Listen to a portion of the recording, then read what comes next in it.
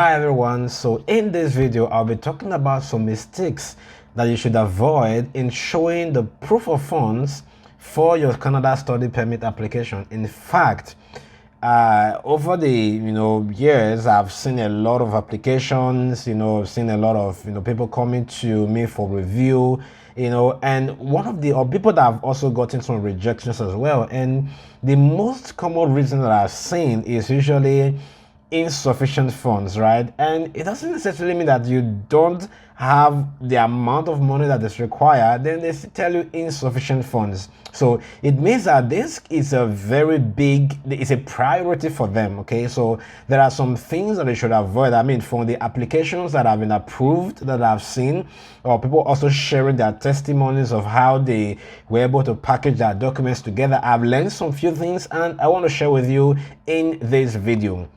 I will talk about 10 things that you should avoid and then also tell you the solutions to some of those problems. The very first thing you should try to avoid as much as possible is having lump sum in your account. Now, you may ask, what exactly will you define as lump sum? To some people, $2,000 may not be a lump sum. To other people, $2,000 may be a lump sum. So how do you check? Now, if you look at how much you're earning, let's say you're earning an equivalent of, let's say 1,000, just an estimate, right? You are earning an estimate of $1,000 a month, and you're showing a bank statement and there are deposits of about $3,000, $4,000 in your account. And that will be considered as a lump sum. For me, any amount like times 3 or 4 or times 5 of your basic salary, it should be considered as a lump sum.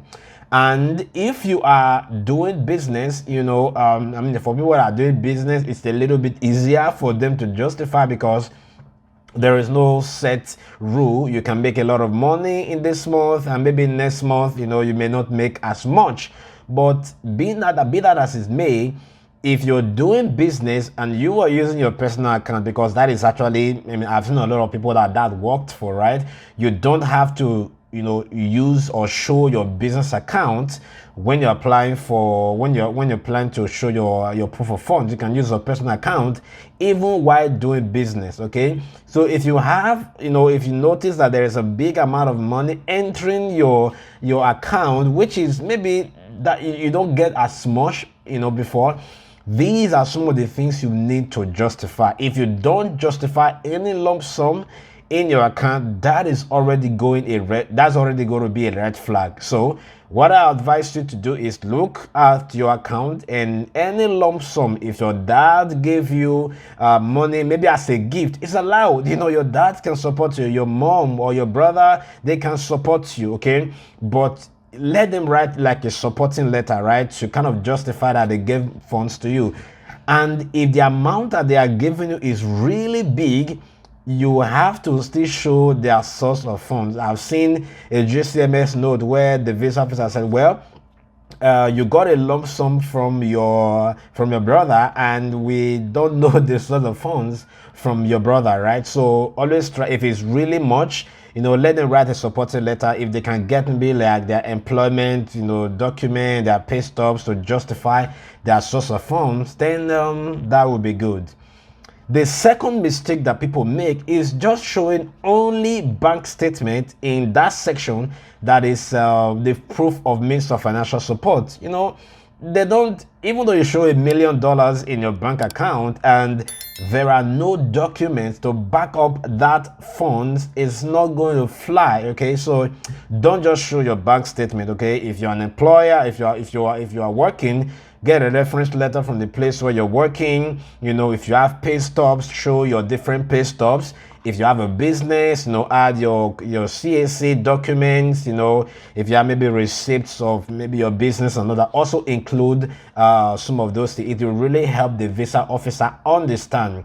And also, if your brother is sponsoring, or your dad or your mom, whoever, especially family member, they can also write a letter of support and then also attach it to the bank statement. Okay, you want to make it as easy for them as possible, okay? So that when they go through your bank statement and they are seeing some things, By the time they go to the next, further pages, they're going to see supporting documents to justify. Maybe they have questions like, oh, there is this, maybe they put a red mark on, there is this lump sum, and by the time they go down, they say that, oh, this was given by their brother, by your brother, or your any other family member, then that already justifies that.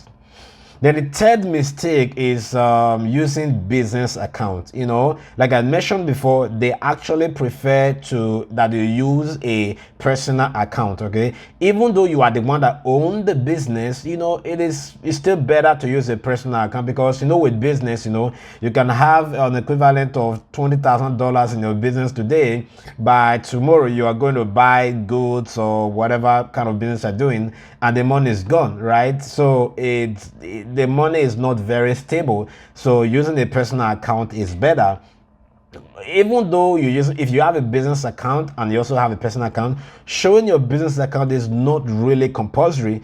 But if you have all the funds in your personal account and you also want to show your business account as supporting, that's fine, but it's not mandatory. The fourth mistake that people make is not showing the proof of relationship for their sponsor. Okay, so especially for those that are, even though it's your brother, okay, even though it's your brother, you have to make sure you also show, especially like birth certificate, like, right, your dad, your mom, you can show birth certificates for that. If they're your uncle or aunts, from your mother's side or from your father's side, then if you can show maybe birth certificate, if they have the same surname with your dad, that's good, or with your mom, that's good. If there is no birth certificate, maybe find that they should write a very, very strong letter of support, probably under oath, as much as maybe like an affidavit, okay? Because you shouldn't be lying. If you say you are somebody's uncle, technically you shouldn't be lying under oath. So if they can get that kind of document, sealed, stamped by the court with also a good seal, that may work, okay? But I think if you can get family members to sponsor you, that should be the best option, okay? So I don't have to start explaining things up and down. With just birth certificate, you are okay. Sixth thing, or the sixth mistake that people do, is having lump sum from the sponsor without justifying the source of fund of the sponsor. I've mentioned this, but I'll just emphasize on it now. If someone is giving you a large amount of money, especially family members, which is allowed as a gift, especially if it's like maybe that is like about 50% of the funds that you'll be required to show in your application, it is very important to show the source of funds for that person. If they are doing a business, they can bring in their corporate affairs registration and one or two other documents to actually back up, where the funds are coming from. If they're an employee, they can show their reference letter from the place where they're working, their pay stubs, and if they can't get their pay stub and they get a reference letter that shows how much they're earning, that is also fine. That is also fine.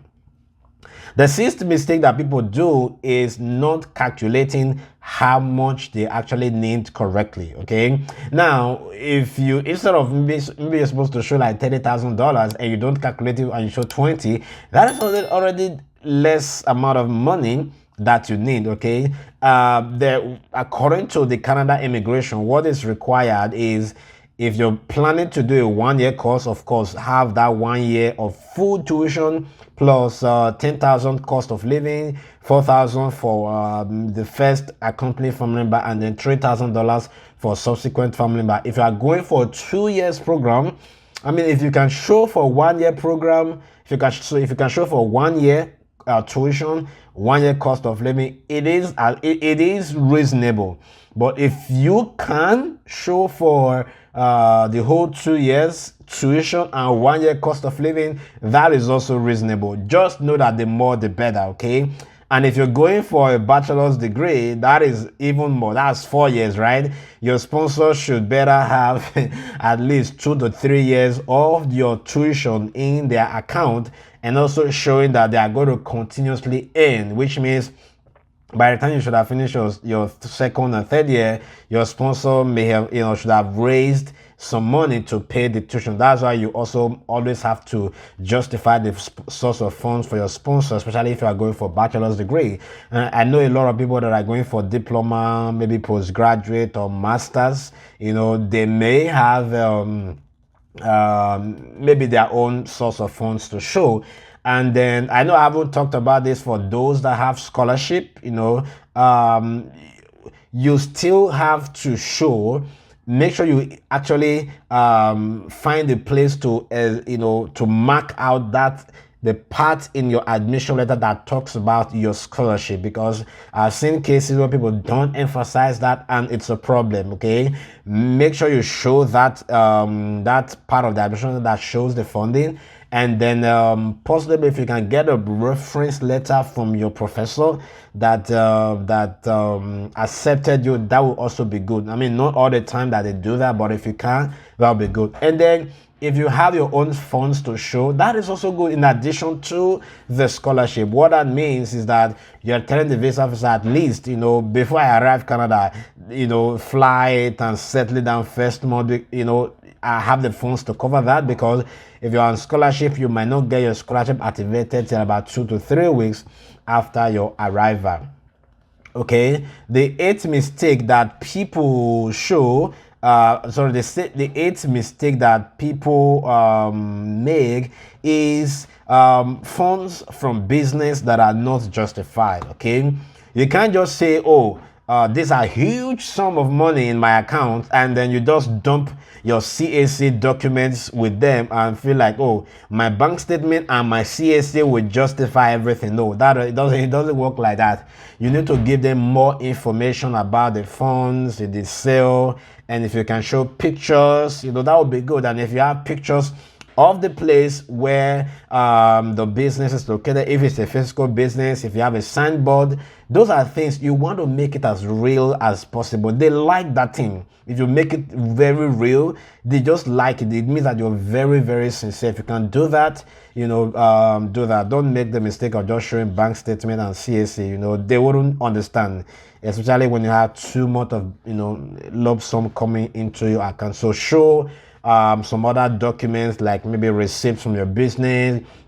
You can show assets. If you have staff, you can show maybe payment, pay stubs for payroll, right, for the staff. Just show at least you're paying something. If you have tax related documents and all that, that would be excellent. Okay, the last one I want to talk about is the mistake, right, is not explaining things about proof of funds in your letter of explanation clearly. Okay, even though you have your bank statement, your employee letter, your pay stubs, and all of these things, your asset. Okay, if you also have asset like house, lands, and other things, you can attach it to the proof of funds, right? So don't just say, oh, I dump everything, you figure out all of these things. No. So take some time, at least a paragraph in your letter of explanation, to really emphasize, explain where the funds are coming from. If there are lump sum, in your account, what you can even do like a table, right? Maybe like a Word document, and list all the lump sums and then explain where they're coming from.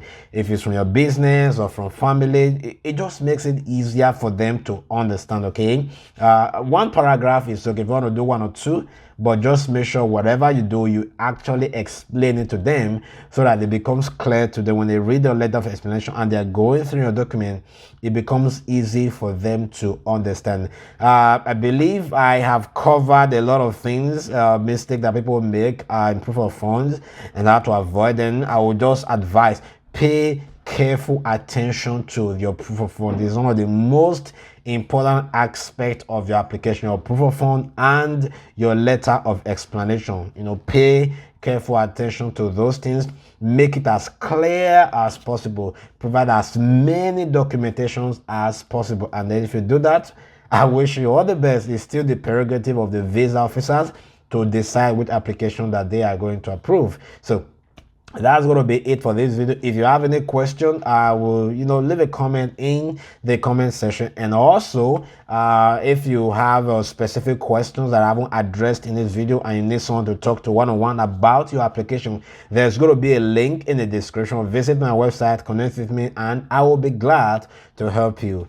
Definitely hit a like on this video if you found it useful, and if you haven't subscribed to my channel, you are definitely missing something. Click on the subscribe button, and then I'll see you in the next video. Cheers.